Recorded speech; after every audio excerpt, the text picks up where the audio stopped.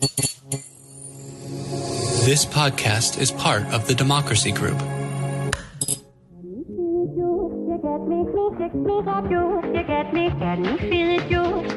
Welcome, welcome, welcome. We are talking politics and religion without killing each other.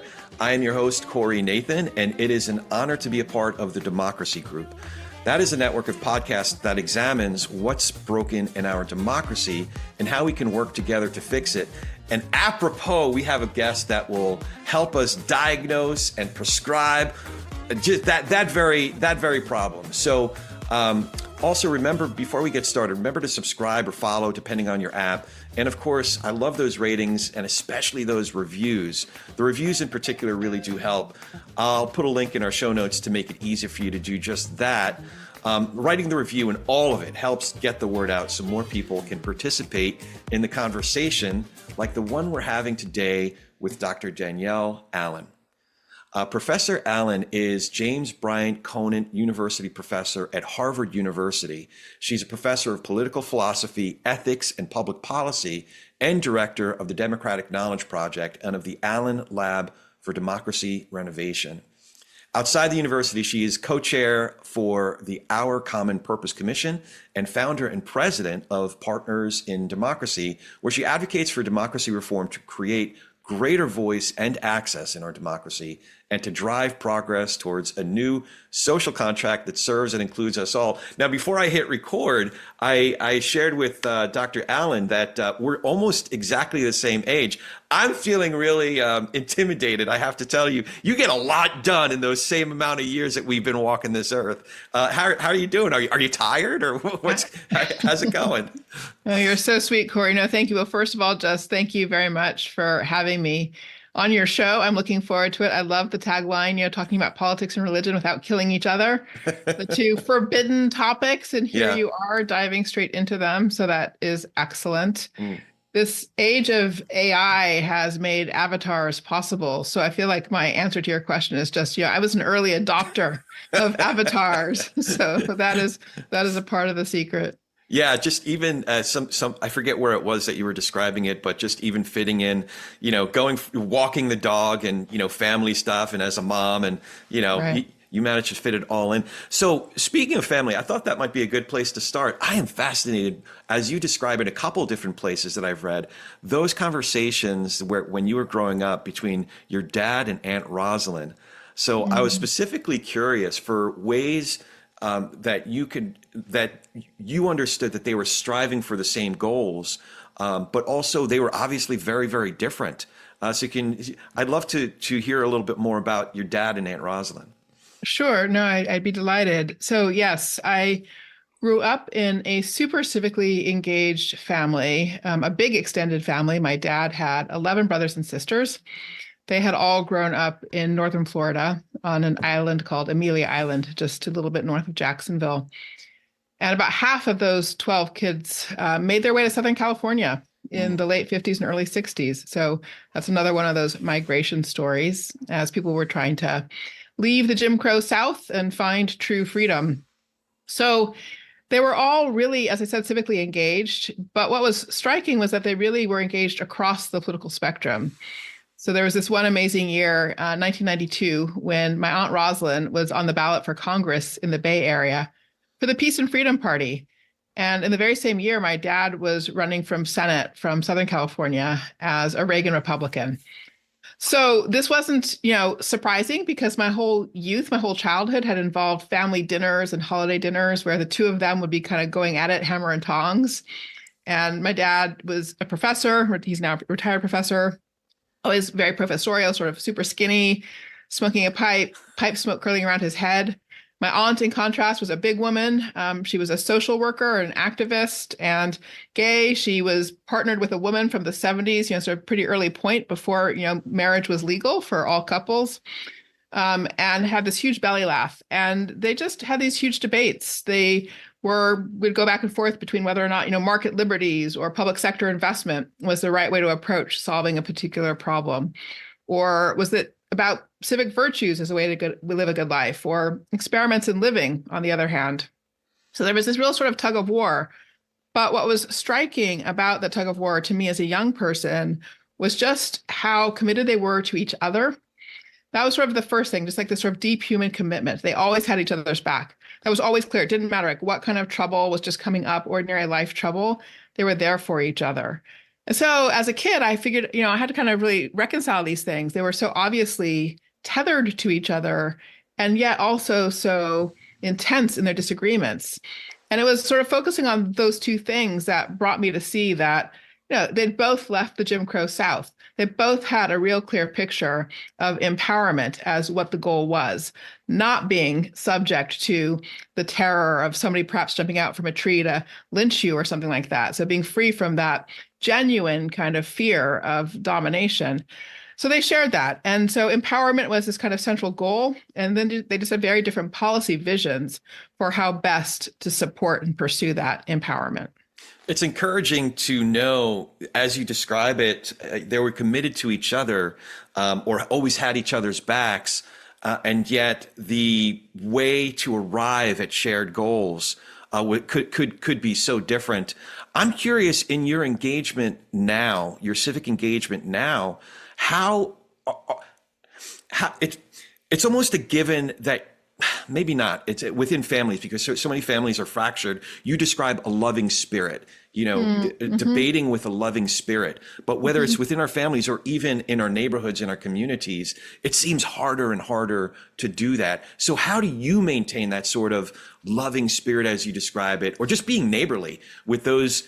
Because a lot of folks, just by nature of me not being supportive of this candidate or that candidate, see me as nothing short of an enemy, and would even wish us harm.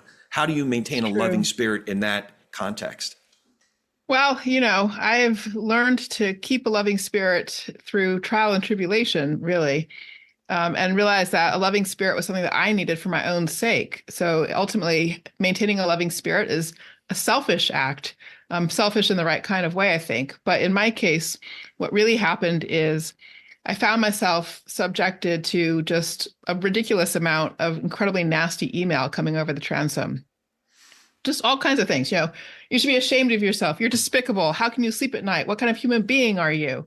And these were coming in for what I considered to be, relatively speaking, pretty reasonable expressions of opinion. And I could feel in myself that the sort of negativity was affecting me. It was like making me a kind of tense and kind of angry person. And I didn't like that about myself. So I decided I was not going to let any of this nastiness hold my own heart hostage. I wanted to have a loving heart. I wanted to have a civil heart. So I took it on myself to just always respond to these emails with a positive gesture. Sort of literally, thank you for your email. And here's what I think you're saying. Is that right? And then the most astonishing thing happened. When I started doing this, people would write back like real human beings. It was extraordinary. 9 out of 10 would then turn around and pivot and even apologize for having written to me in such a nasty way. So the fact that it was such a transformative thing for the conversations I was having with people, for me just to start with a loving heart, that's kept my loving heart locked in place ever since. I want to dig into this a little bit more, and I could share some stories like right now, some of the things that I'm grappling with. To your point, there are folks that strongly, strongly disagree. And I got a note this morning from a dude that I graduated high school with that we just disagree on certain issues. But he gave me credit for saying I always listen to him and make him feel respected. And we disagree on positions or something he said, but I don't attack him personally, and that means a lot.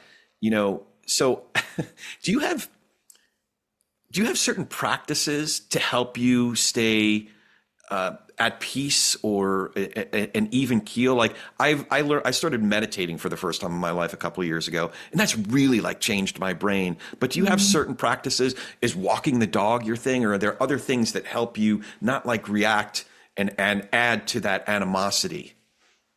Well, I am a praying person, is the truth. And so when I feel myself getting angry or dark, I definitely pray. I pray for help, recovering an open spirit, a spirit of love, a spirit that's ready to bring light into the world. So that is the most important thing for me. For sure, yes. When I'm walking the dog, that can be a great time for me to lift up some prayers. So these things do go together. Absolutely. I was also going to ask, I'd be happy to share a couple of these email exchanges with you if that would be Oh, of yeah. interest. Do you want me to read you a couple? Yeah. You want to settle back for story time? Okay. Hopefully, this one will probably take about 5 minutes to read. You can decide, and I can also read a shorter one, but we'll start with this one, and I'll just anonymize the people. Okay, I won't use real names, obviously. And the other thing I'll do is I'll bleep a lot because there's an awful lot of No. We have the explicit rating, so feel free to be explicit. All right, so I'm going to read you a couple that came in early November. The first one that came in was subject line Israel Palestine, and of course it's directed to me as a professor at Harvard. What the bleep has become of your pathetic institution? Your mind bleeping our youth into supporting Hamas. You bleeped, bleep, loser, bleep. Intellectual bleep, bleep at its finest. If the radicals gain the upper hand, you realize they'll be coming for you, ivory tower idiots, first. And me, as average middle-class white guy, won't save you dumb bleeps this time. All right, so that's a lot of bleeps. That's a lot of bleeps, exactly. No sign off, no name or anything. But anyway, it was in the from line. Dear Mr. Elliott, thank you for your kind note. I wonder if you've taken time to read my own contributions on the subject. If not, you'll find them here. There's a link to one of my Washington Post columns. Best wishes, Danielle. And then comes back the next one. I don't care what your thoughts are. Oh my God. Those are all caps when I'm shouting like that, okay? I never allow my sons to go fight and possibly die for your upper class, sorry, bleeps. From one who is not a Trump psycho and voted for Hillary and Joe, just so you know what real people are like. Dear Mr. Elliott, it seems that you don't care what I think, but are focused on my symbolic role. Is that right? Thanks, Danielle. Yes, what you represent, not you personally. Oh.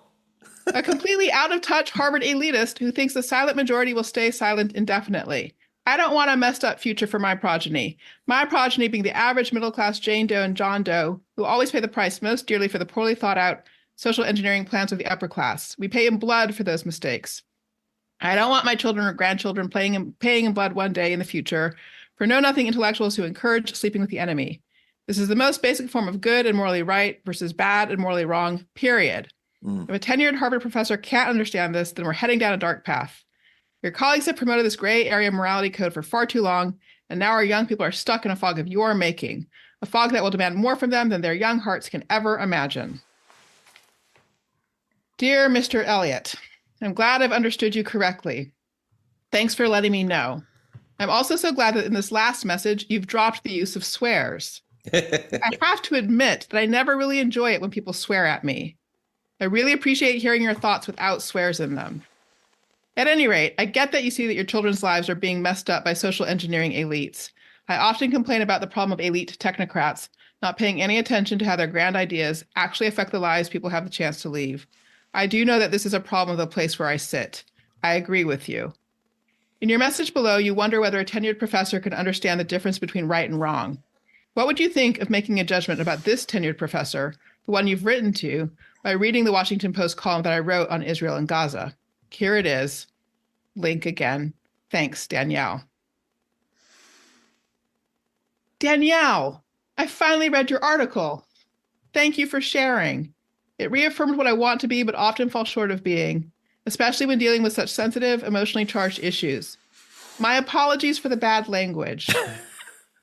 I honestly wrote it that way more as an attention grabber with the hopes of stirring up reaction, but never really anticipating a response. It was more like a cry of anger into a void, and I never expected to hear a reply, but only hoped someone might read it and think about how the silent majority in this country often feels, unheard and unrepresented. Also, as I heard more in-depth stories of what happened to these Jewish civilians, I identified so strongly with them, just as if it were my own wife or sister or daughter in that situation, and it brought out such a primal anger in me. Then to hear that our own institutions of higher learning were, in my opinion, indoctrinating our youth to think so one-sided on the issue, as opposed to teaching them critical thinking skills, it all just had me fed up and exasperated, honestly. but your calm and non-confrontational tone gave me pause, and I sincerely thank you for that. And thank you just for responding and doing so in a thoughtful way as opposed to a flat, robotic response. This interaction has been very good for me and will inform my future interactions in the future. Sincerely, kindest regards, Leo. Yeah, Mr. Elliott. Exactly. That's so informative. And by the way, it's very timely. I just shared an episode that we just shared on this very topic. A buddy of mine, longtime friend of mine, reached out to me in the weeks after October 7th. And folks who listen to this program know I have family there. I grew up very observantly Jewish before becoming a Christian in my late 20s. But he reached out, and his first query was, I'm just wondering, since those, how you feel about those that you ally yourself with, that you're aligned with, are basically advocating for the murder and cheering on the rape of your brethren in Israel. And I didn't respond nearly as productively as you did. Normally, I actually do. Normally, I lead with curiosity. This great writer and activist, Monty Guzman, I never thought of it that way as like the disposition that I try to hold. But that one, I said, dude, first of all, this is really upsetting, partly because like, really, you're taking a victory lap now for Trump? Like now, this is the time? But second of all, you obviously don't know what my views are.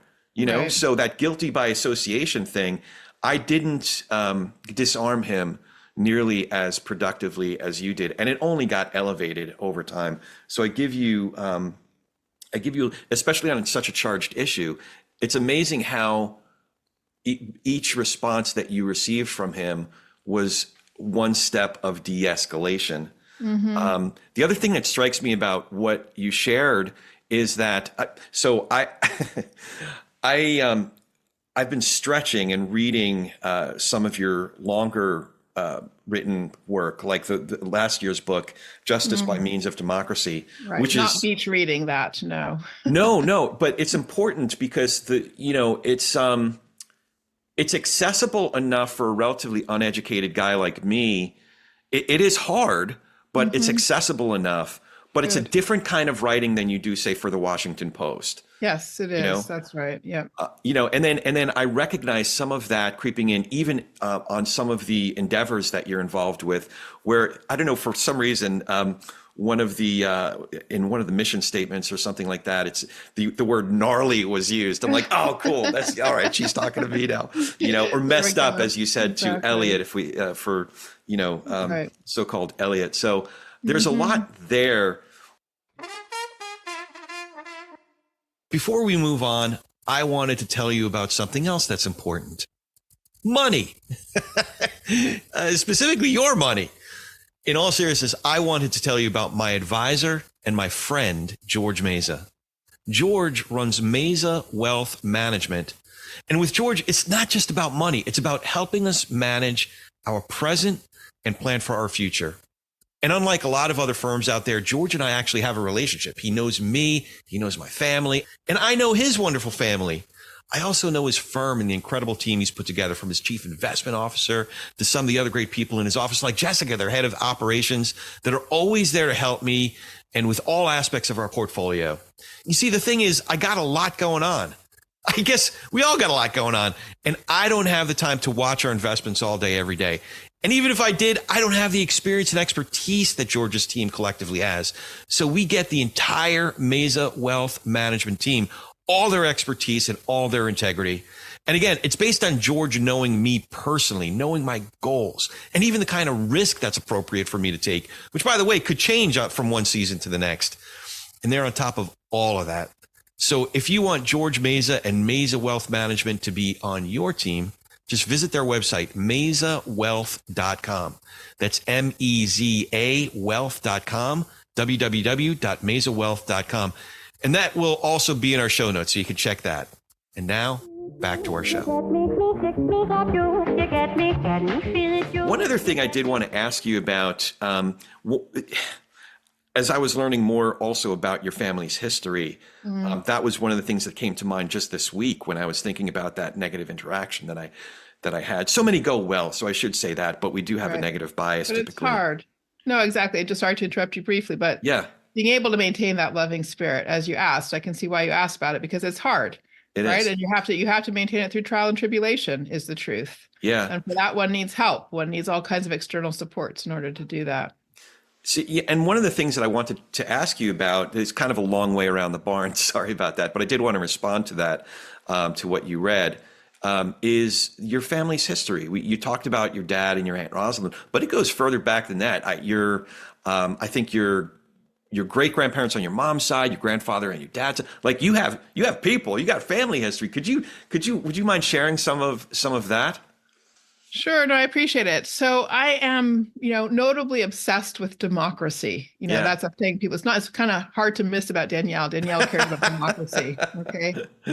And it kind of really raises the question, why? How does anybody get to be that obsessed about democracy? I mean, yeah, I can understand being reasonably obsessed, but 24/7 is sort of all you think about. And, I'm not just thinking about candidates or politicians, I'm thinking about self-government and the idea that institutions are supposed to help us live better and have a healthier society together. And these are kind of abstract questions. So, you start banging your head about this, why is it exactly that I have this deep obsession? And I came to realize it's, in the first instance, just in a very deep way, a matter of family inheritance. Because I do on both sides. I think this is what brought my parents together. They came from people who were told something was impossible, refused to accept that, and did something about it. So my great grandparents were told that women having the right to vote was impossible, and they refused to accept that. And for them, the only question was, how could we make this possible? It was a necessary thing. Similarly, on my dad's side, my granddad was told in many, many ways that social equality for African Americans in the South was impossible. And he refused to accept. They said, no, not only is it possible, it's necessary. So the only question is how. And that clarity they had, that their own thriving, the well-being of their families and their communities did depend on access to steering rights, the chance to be a person who helps to create the world that we're all living in together. That was a kind of a deep and profound insight that they held on to, and I think they've passed it on in our family. So yes, I do come from generations of people who have loved and fought for democracy. They've done that because of a really direct sense they have of how human thriving depends on that chance to chart your own course in life, both in your private life, but also as a member of a community, steering a whole community together. Right, right. And just as one example, I think it was your granddad who helped to start the NAACP in Florida. One of the first chapters, exactly, yeah, in northern Florida. Mm-hmm. And that was pre Jackie Robinson. That was pre Dr. King's movement. So he In was the putting 40s. himself in great peril, right? Yep, lynchings were on the rise at the time. So it was definitely a matter of taking his life in his hands. So I think about that a lot. People will these days say, well, gosh, isn't it discouraging to do work on democracy? And don't things look so bleak? And really, why do you keep at it, Danielle? And I just have to remind my granddad literally took his life in his hands. Like, I'm not taking my life in my hands. It's not that bad, right? So yes, Yeah. things are bleak, but the truth is I'm not taking my life in my hands. So I don't have to in order to do serious work on democracy these days. And so I'm grateful for that. I'm grateful for what those generations built that make that true. But it also means, there's no point slacking because, we have it easy, actually, comparatively speaking. Yeah, absolutely. So I want to take a second and geek out a little bit. And I don't even know if I can pronounce this correctly, but you describe yourself as a eudaemonist, democratic pragmatist. Yes. So Good. did I pronounce it right? You did very well. I mean, it comes from the Greek. So Okay. Aristotle is the sort of first theorist of, as we would say it in Greek, eudaimonia. People say it in all kinds of ways in English. But what that word means, the literal Greek means that there's a sort of blessed spirit, basically. Eu means well or good, and daimon is what we get demon from, but it had a positive meaning. So it means you had some sort of good spirit around you. So the goal in life was to achieve eudaimonia. We broadly translate that as happiness these days. And for Aristotle, this wasn't a sort of cheap hedonistic conception. It was really a concept of well-being or flourishing. So I am oriented by the pursuit of flourishing for human beings. How can individuals thrive? How can communities thrive? And in order to try to answer that question, I do believe in our experimental powers as human beings, that we keep trying things to find that path to flourishing. And then we can learn from our mistakes and then improve. And that's what makes me a pragmatist. So that's how those two concepts go together. I love it. Yeah, I try to impress some of my friends. If they say, well, are you a libertarian? I say, I'm a Thoreau-esque libertarian, try to get really in the weeds a little bit, or a Burkean conservative, but you take it to a whole other level. So yes, that was partly, that was a good sort of little inside joke though, too, right? To produce a label like that for yourself. Yeah. Slightly tongue-in-cheek, put it that way. Fair enough. So I thought a good way to contextualize the more topical part of our conversation is by maybe trying to diagnose some of some of the threats, frankly. And if we look simply at the First Amendment and the 5 freedoms guaranteed there: speech, religion, press, assembly, and the right to petition the government, in what ways have we already seen those basic freedoms threatened?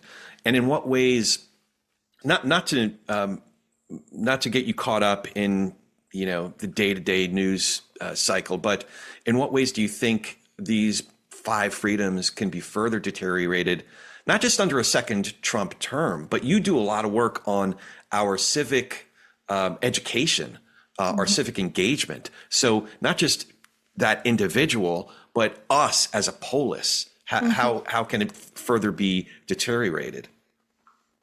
So it's a great question. And I think one of the interesting things about thinking about the First Amendment is that it sort of gives us a chance to think about 2 things. First of all, what are the rights we need in order to be able to express ourselves, articulate our own positions on our government's policy, and then actively pursue change from our government on the one hand. On the other hand, there's a second sort of theme that's not directly in the amendment, but which is related, and that's about the sort of health of our information ecosystem. So, in other words, in order to petition the government, in order to assemble and so forth, one wants good information. One wants access to understanding about what's happening in one's government. I think that second thing, honestly, is where we're more challenged right now, as opposed to there being restrictions on our rights. So take, for example, the disappearance of local news and the spread of local news deserts around the country. There's research that indicates that every place those local newspapers are disappearing, we are, in all probability, seeing a rise in corruption of various kinds, because it's not possible to hold people accountable. It's not possible to hold elected officials accountable if there isn't press coverage. So we're at a point, I think, where the danger, honestly, may be a little bit less about impositions on our individual rights of speech, and more on whether we can provision the public good that we need of a healthy information ecosystem. Right. So you do deal with different threads that you can pull on that very theme. One I haven't discovered yet. I know that you've written about it, but I haven't. There's a lot to dig into. You're not ubiquitous. What's the word? Prolific. Prolific. You're exactly, prolific. Yeah. So I haven't gotten quite that far. But one way in terms of the news, I was wondering, has someone like Rupert Murdoch or Fox News, again, not to nail you down on individuals or individual outlets, but it seems like Rupert Murdoch's, maybe if he read Madison's Federalist 10, he's like, yeah, okay, I could break that. Yeah. So yeah, I'd love for you to comment on that. But more importantly, how do we fix it? Yes, no, it's a great question. I think so Rupert Murdoch was very intentional in building something that was meant to disrupt the existing media ecosystem. He published a lecture in the early 90s that you should track down if you haven't seen it. And I'm forgetting the title right now, but he was explicit about the desire to upend the existing media infrastructure.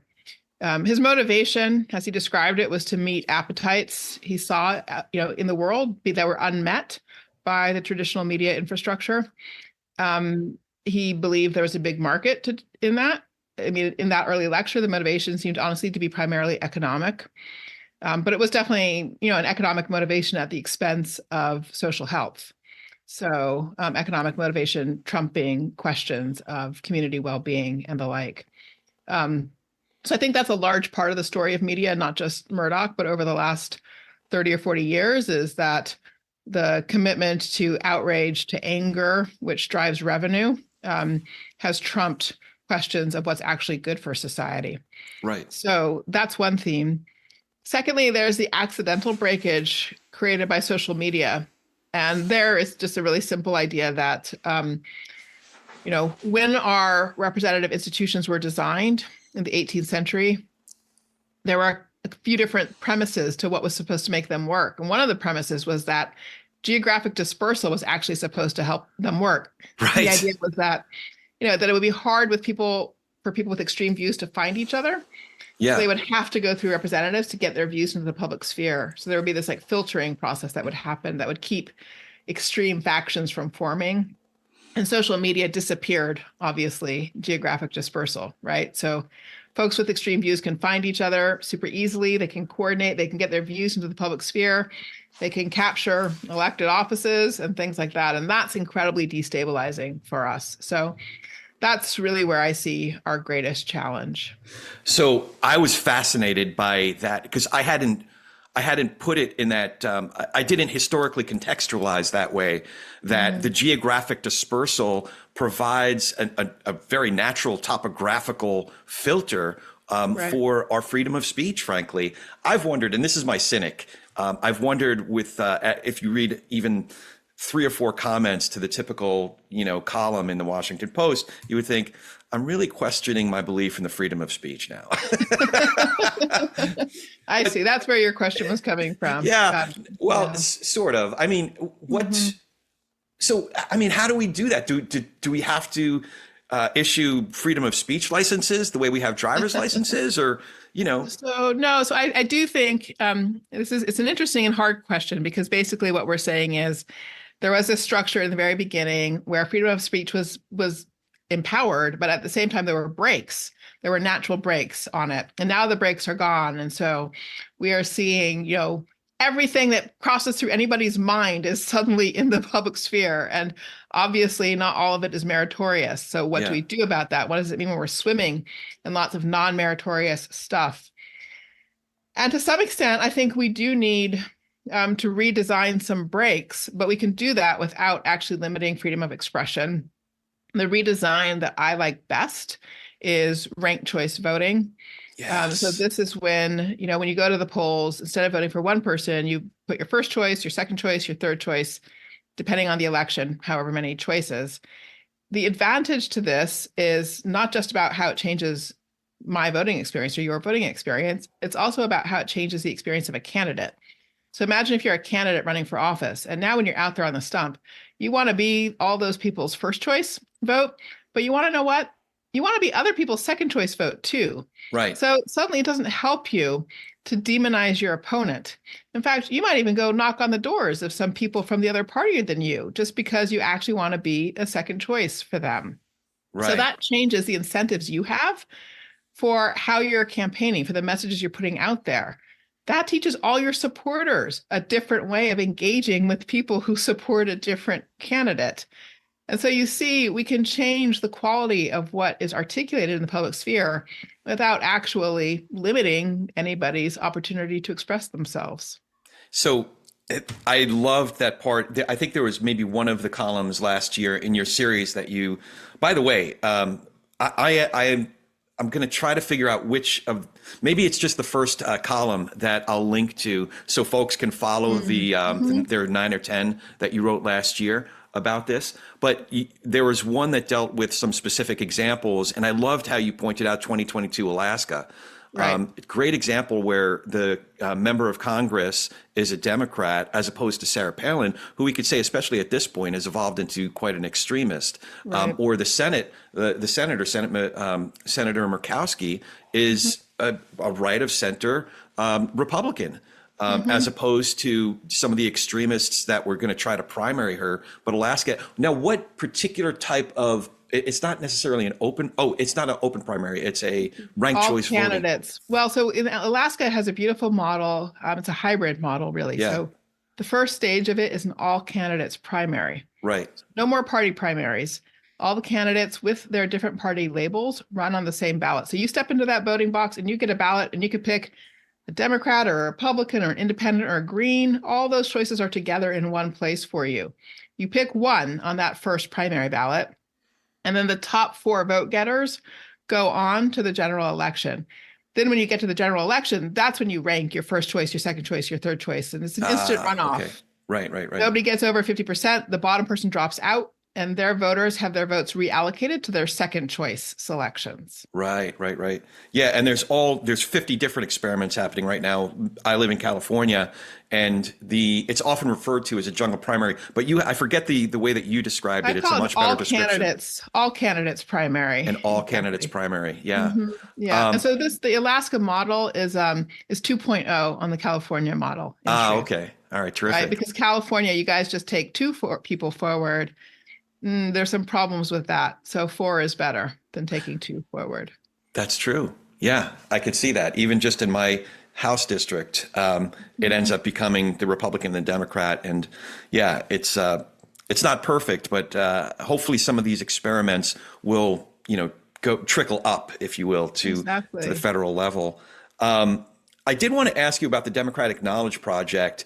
The division, as you described, is for a supermajority of our population to believe that democracy is essential and that they have the knowledge, capacity, and tools that they need to participate in civic life.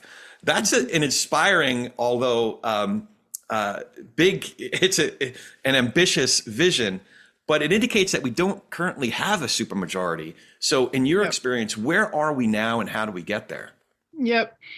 Well, this is, for me, what's been one of those, the data points that keep you up at night. This is the data about the difference between rising generations and their connection to democracy and older generations. So for the cohort born before World War II, about 70% of that generational cohort consider it essential to live in a democracy. In contrast, for millennials and younger, so low 40s and younger, not quite 30% consider it essential to live in a democracy. So that's where that concept of the supermajority comes from. We know what the high watermark is. Yeah. It's when a supermajority, thinks it's essential to live in a democracy. And then that means they have confidence to participate as well. And we are at, I don't know if it's the low watermark. I hope it's a low watermark. I hope we are sort of hitting bottom and we can turn it around.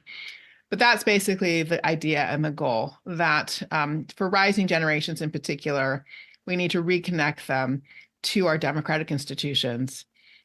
It's not enough just to exhort people to participate, because right now, stuff's pretty darn dysfunctional. Yeah. So when you exhort people to participate in something dysfunctional, that just produces more cynicism, honestly, by the end of the process than you had when you started. Right. So that's why, for me, it's so important to do work on actually renovating our institutions at the very same time that I'm doing work on civic education. When I invite kids to participate, I want to be able to say, yes, and the thing I'm inviting you to participate in, it's rock star quality and it's worth your time. So that's why, for me, the 2 lanes of work have to go together. That makes sense. So you talk about the cynicism and the dysfunctionality. I was curious, what kind of specific, what kind of resistance have you found with this kind of initiative, say just in the public K through 12 schools? And do you find there are certain states or certain districts where you've met with greater obstacles than others? And, what kinds of objections have there been? Sure. Well, so I run the Democratic Knowledge Project focuses on Massachusetts specifically. Okay. And we're really fortunate because in 2018, Massachusetts decided to reinvest in civic education. So we're working in a context where people want more civic learning opportunities and haven't had the resources or opportunities to develop them for school curricula recently. So we're kind of filling a vacuum in Massachusetts. So there's been really active and supportive uptake. So that's great. In addition, I also work on something called the Educating for American Democracy initiative. This is a national endeavor. It was a framework for excellence in history and civic learning for all learners K through 12. It was developed by this huge network, 300 people from across the country, diverse with regard to viewpoint, background, demography, geography, professional expertise, the whole thing. And so that, we have implementations underway in 14 states. And for sure, there are definitely differences, red states versus blue states and the like. And right now, I think it's fair to say there's a kind of substantive battle on the ground in educational space between the vision that comes out of Ron DeSantis's education department plus Hillsdale College in Michigan. They're really trying to revive classical education, go back to the Greeks. Let's really work through the classical texts and things like that. We think those texts are super valuable, but we also think that they're not everything. And so you need that, yes, but you also need a full picture of the whole history of the country. Good and bad both come together. So the Educating for American Democracy roadmap focuses on core knowledge and the skills we started with our conversation with, the question of how can learners learn to disagree productively with each other? How can they develop reflective forms of patriotism? So connections to country and to each other that go along with also having clear eyes and being able to be honest about the shortcomings of our society. So that's the big project. And the truth is, yes, I mean, there's a lot of positive reception. And then there's also places where it's harder for some people to accept the reflective part of reflective patriotism. And there are other places where it's hard for people to accept the patriotism part of reflective patriotism. So we're kind of wrangling in the middle there. Right. It makes me think of one of the big themes that you dealt with in the first part of Justice by Means of Democracy. By the way, I'll link that in the show notes as well.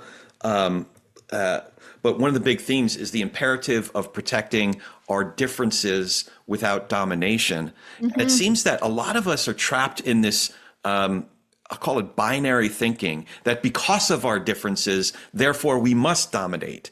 Right. It's an either or proposition. Either we have closed borders or we have a welfare state that, mm-hmm. or you can take any number of issues or politicians and see it that way. So what do you mean by difference without domination, and how can we assure that in our at the community level, the state level, at the national level? Well, the easiest way to put it is to say that I'm an advocate for pluralism. And that is not a new idea. You can go back to the Federalist Papers, and Madison makes the case that if you've got freedom, you've got diversity. And he uses the word diversity, in fact. And that's exactly right. I didn't know he was woke. Madison was woke. Way woke, right? Woke. Exactly. Yeah. He was the first one, really. That's awesome. And he makes the case, yes, that, that's the entire point of freedom, is that people will develop views in their own particular and idiosyncratic way. They'll develop their own cultures of life. That means they'll develop their own communities. And that's what pluralism is about, is seeing that as an asset, seeing it as something that makes us stronger as a society. We don't need ultimately to have a single way of life. We can instead support freedom, foster freedom, so that, in fact, many ways of life develop. We have to have structures of tolerance in relationship to them, the capacity to disagree productively, and a commitment to using our institutions to achieve societal level decisions that are broadly fair, right? That's where the hard place comes in, when you have to make accommodations or negotiations, settlements. Nobody can get everything in any given decision. And that's the challenge of democracy. But so pluralism is really about recognizing that we all bring something to the table from our different backgrounds and cultural experiences. And the goal is to activate the assets we all bring so that the whole is greater than the sum of the parts. Yeah, yeah. Now, with your part of the Allen Labs is the commitment to renovating democracy for 21st century conditions. And one of the remedies, if you will, that I've heard you talk about numerous times is expanding the House.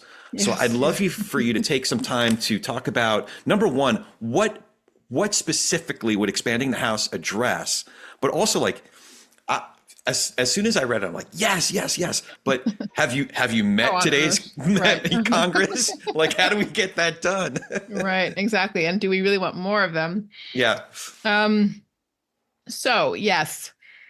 Well, I do think we should have a bigger House of Representatives than the one we have. And to say that is to say really that the House, when it was first designed, was always supposed to grow and flex and change in its weighting with the changes in the population. And the House did grow all the way up until about 100 years ago, the 1920s. Every census changed the size of the House. And for various reasons, political reasons in the 1920s, because they were having difficulty deciding on a new allocation if they were going to grow again, they just decided to give up and cap the House at 435. But the problem is our constitutional system is like an antique clock. You know, those clocks where all the little mechanisms connect to each other. They all have to be turning at the right rhythm and synced up for the time to move along properly. Right. That's the same with our system, because the House of Representatives is connected to the Electoral College. The Electoral College is made up of the same number of people as you have in the House plus the Senate. So when they stopped growing the House, they messed up the Electoral College, because what it meant was that then over the past 100 years, the less populous states have had an ever increasing weighting in their favor in the Electoral College. And that's what's put us in this position now, where it gets to be much more common for the popular vote and the Electoral College vote to go in opposite directions from each other. And that's like a broken clock. Yeah. Okay. Right? Yeah. So, for example, to be clear, you're not in favor of doing away with the Electoral College. You're just in favor of properly weighting it to have a more representative democracy. Exactly. And the way to properly rate it again would be to increase the size of the House. So it's just like, let's get the clock gears working with each other the way they're supposed to again. Because right now they're not. So it's a fair point. I think if you're not going to increase the size of the House, I think you have to get rid of the Electoral College. I think it's one or the other. You've got to pick. But the mechanism doesn't work any longer because those two pieces were taken apart from each other. So it's interesting because increasing the size of the House would address the imbalance that's currently present in the Electoral College. It would also mitigate against the excesses that we've seen in gerrymandered districts. Yep. It would reduce the value of gerrymandering, and so it would help take that off the table. It would reduce the expense of running for office by giving people smaller districts to run in. So it would also mitigate some of the campaign finance issues that we currently have. It means that representatives would know their constituents better. You could avoid the sort of George Santos problem where the district was large enough, like nobody knew he was a fraud. You get back to a smaller district, and I don't think people would be able to get away with that kind of fraudulent sort of way of running for office. And it speaks to what you said before about local news, where if you had more politics reporters on the ground in that district, it would, somebody could do some investigative work on the leading candidates. Exactly. One other thing I wanted to ask you about, the August installment of the series I was talking about in the Washington Post that came out last year, you said, imagine that a truck has crashed into a supporting wall for your building. And it's something you mentioned before. Your building is now structurally unsound and shifting dangerously in the wind. In that abstract metaphor, the building is our constitutional system and social media is the truck. So can you help us better understand what you mean by that? Sure. No, absolutely. And we talked about this a little bit already, that we struggle right now with really bitter polarization. And at the time of the founding, they did too. They called it factionalism. So they had a different vocabulary, but they are experiencing the same thing. In the years between the revolution and the Constitutional Convention, they had a Congress that couldn't get a quorum. It couldn't pass a budget. I mean, it was just a mess, very familiar to us, basically. So when they worked on designing the Constitution, one of their goals was a set of structures that would keep that kind of factionalism or polarization from emerging. And the solution, this is the solution that Madison articulates, had two parts. And the part we always teach is the idea that they weren't going to have a direct democracy where every single citizen was in the public square shouting at each other all the time. Instead, they were going to have representatives who were elected to sort and filter and synthesize and steer in some sound direction for the common good. But the other half of the solution was that these representatives would function in what Madison called a broad republic. And by broad republic, he was literally referring to this issue of geographic breadth and geographic dispersal. Right.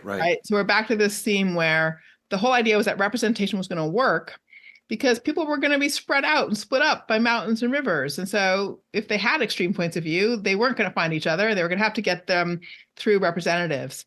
So social media made representatives unnecessary for getting your view into the public sphere. And that has destabilized our entire system of representation.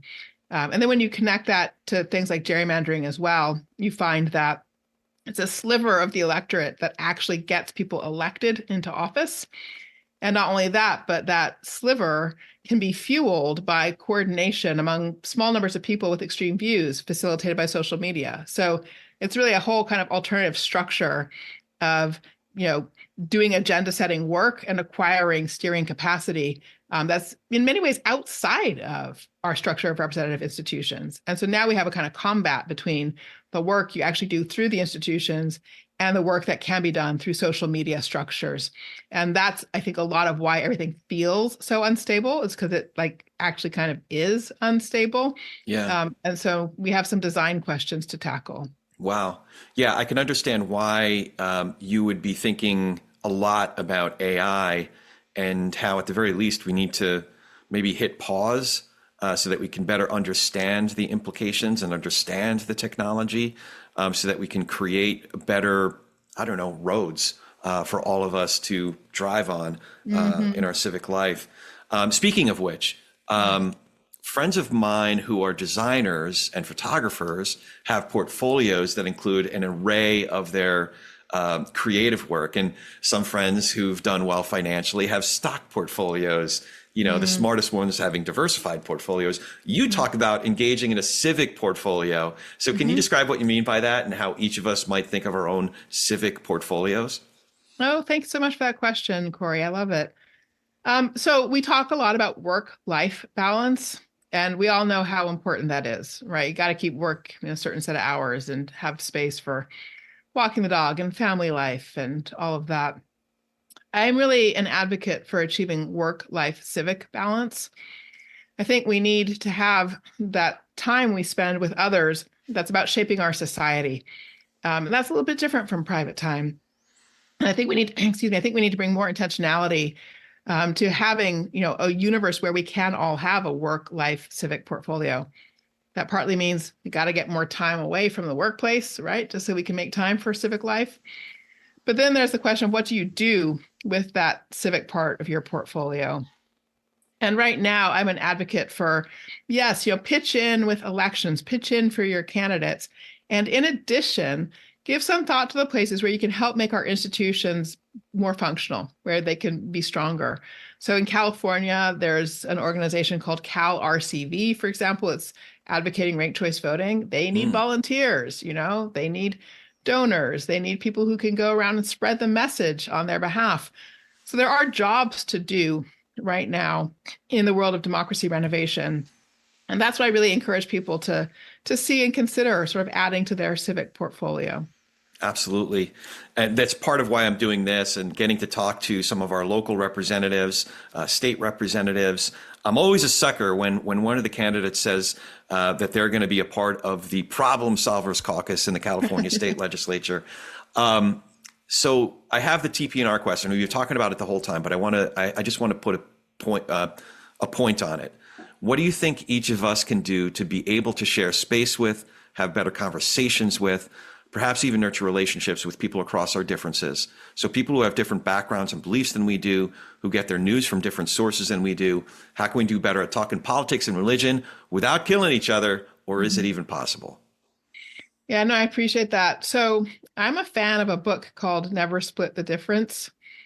And it's a really interesting book. It's written by somebody who helped develop the hostage negotiation program for the FBI.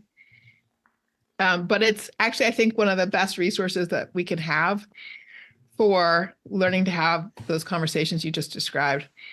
I think of our job as being not to let our differences take our humanity hostage. And so that's how I think of every conversation I have with somebody across some kind of line of difference. That's my job, not to let our differences take our shared humanity hostage.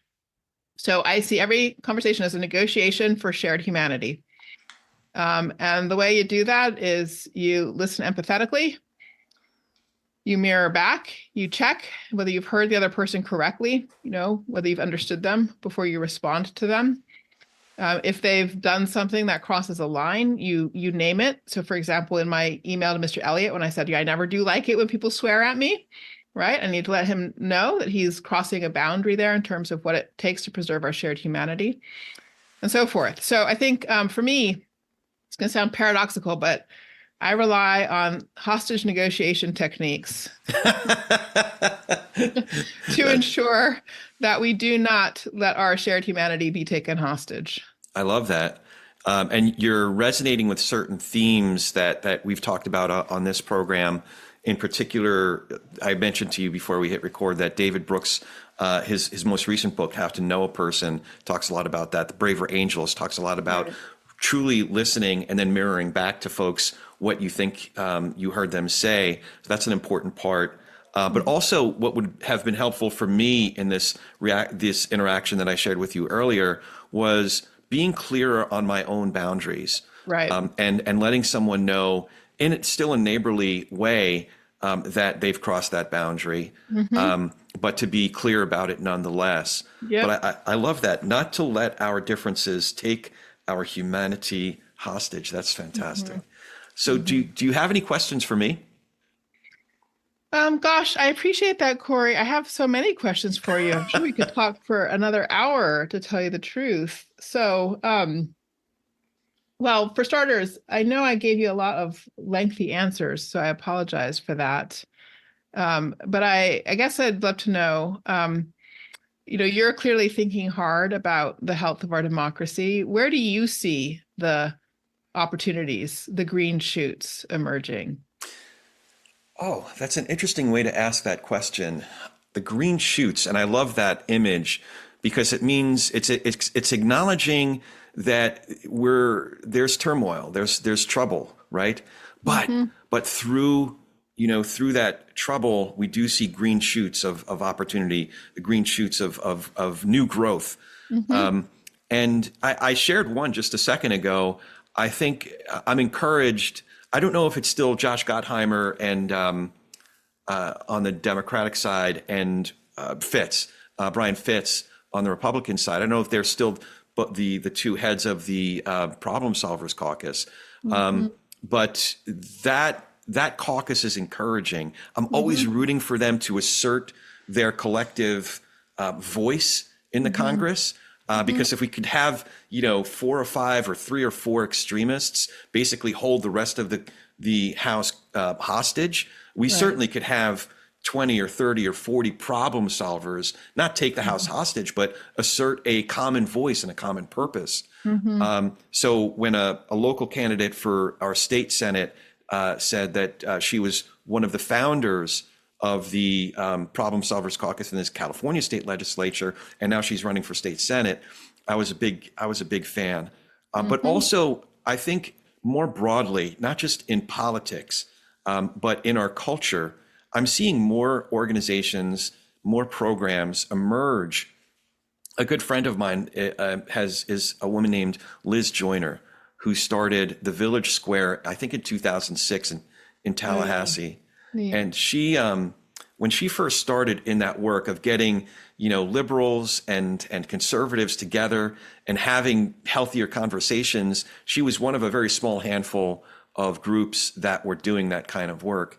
And now she says there's dozens, if not hundreds, of groups around the country that are joined in this cause. So that's a huge green shoot, I think. So I agree with that. Yeah, I see that too. I also see that growing and spreading. Yeah. So for me, that's one of the interesting things. I think our culture is actually much healthier than our politics is at this point. Yeah. And I want to know, how and when do we get our culture back at the steering wheel? Well, when you tell folks about there was a very, very broad sociological study that was done a couple of years ago that, as it turns out, only about 6% or so of folks on the extreme, I don't like the right-left paradigm, but for simplicity's sake, 6 or 7% on one side and 7 or 8% on the other side are what we would think of as extremists. The rest of us, 85%, are what's called the exhausted majority. So when I share, I know I have a long title of my program, but when I share that or Braver Angels or Village Square, it's like folks just drank a cold drink of water on a really hot day. Oh, I love that, So I think there's a lot more of us that are engaged in addressing what some of the symptoms are that ail us as a democracy and as a society. But there's a lot of folks that are not just hungry for, but engaged in providing some of those solutions. So that's really encouraging. So before we go, I want to make sure folks can know how can folks follow you, find more information about the important endeavors you're a part of, and all the great work that you're doing. Oh, I appreciate that question, Corey. So the series in the Washington Post that you mentioned, they're going to re-release in a new form as a sort of course that you can do, actually, with action steps and things like that. So you can start to take some of the lessons directly into your own life. That should be out sometime this spring. So I would say keep your eyes on the Washington Post for starters. And then secondly, I would say keep your eyes on my organization, Partners in Democracy, and that's partnersindemocracy.us. We're driving work with democracy renovation, thinking nationally, though starting locally.